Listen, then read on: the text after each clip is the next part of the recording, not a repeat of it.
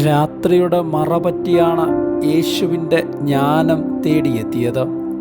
നാളിതുവരെയുള്ള അയാളുടെ വേദജ്ഞാനത്തിൻ്റെ പരിധിയിൽപ്പെടാത്ത പ്രയോഗമായിരുന്നു വീണ്ടും ജനനമെന്നത്. കേവല ജ്ഞാനത്തെ കവിയുന്ന രൂപാന്തരം ആവശ്യമായ ആഴമുള്ളൊരാത്മീയതയ്ക്കായി യേശു അയാളെ ക്ഷണിക്കുകയായിരുന്നു. വിശ്വാസയാത്രയിൽ അനിവാര്യമായ ആളത്വത്തിൻ്റെ ഉരുത്തിരിയലാണ് ഈ ഭാഗം നമ്മിൽ നിന്ന് ആവശ്യപ്പെടുന്നത്. നിക്കോദിമോസിന് തൻ്റെ ഉറച്ച ബോധ്യങ്ങളെപ്പോലും തിരുത്തി ദൈവീക ദർശനങ്ങൾ കൊണ്ട് തന്നെ ബോധമണ്ഡലത്തെ നിറയ്ക്കേണ്ടതുണ്ട്. ക്രിസ്തു ശിഷ്യരായ നാം നിരന്തരം മാറിക്കൊണ്ടിരിക്കുന്ന ലോകത്തിൽ നമ്മുടെ ശുശ്രൂഷ സരണികളിൽ അവസ്ഥാന്തരത്തിന് വിധേയപ്പെട്ട് വളരേണ്ടതുണ്ട്. നമ്മുടെ ബോധ്യങ്ങളിൽ ശിലസമാനമായി നിലകൊണ്ടാൽ നാം അപ്രസക്തരാവുകയോ കാലഹരണപ്പെട്ടു പോവുകയോ ചെയ്യാം.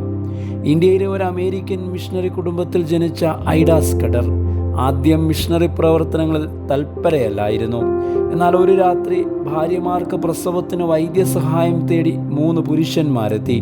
എന്നാൽ ആ കാലത്ത് സാംസ്കാരിക മര്യാദകൾ പുരുഷ ഡോക്ടർമാർ അവരെ ചികിത്സിക്കുന്നത് വിലക്കപ്പെട്ടിരുന്നു. ഐഡയുടെ പിതാവ് ഒരു മിഷണറി ഡോക്ടറായിരുന്നിട്ടും ഒന്നും ചെയ്യാനായില്ല. അടുത്ത രാവിലെ 3 സ്ത്രീകളും മരിച്ചുവെന്ന് അവൾ മനസ്സിലാക്കി. ഇത് അവളെ വല്ലാതെ ഉലച്ചു കളഞ്ഞു. വനിതാ ഡോക്ടർമാരുടെ ആവശ്യകത മനസ്സിലാക്കി അമേരിക്കയിൽ പോയി വൈദ്യശാസ്ത്രം പഠിച്ച് ഇന്ത്യയിലേക്ക് മടങ്ങി. വെല്ലൂരിൽ ക്രിസ്ത്യൻ മെഡിക്കൽ കോളേജ് സ്ഥാപിച്ചു. സ്ത്രീകളെ ചികിത്സിക്കാൻ സ്ത്രീകളെ പരിശീലിപ്പിക്കുന്ന മെഡിക്കൽ കോളേജ് നമുക്ക് പരിശീലിക്കാൻ ശ്രമിക്കാം. നമ്മുടെ മുൻവിധികൾ വിസ്മരിക്കാനും വിനയത്തോടെ പുനർവിചിന്തനം ചെയ്യുവാനും നമ്മുടെ സമൂഹങ്ങളിൽ ക്രിസ്തുവിൻ്റെ മികച്ച പ്രതിബിംബങ്ങളായി ശോഭിക്കുവാനും ബോധപൂർവം ശ്രമിക്കാം. ദൈവം നമ്മെ ശക്തീകരിക്കട്ടെ.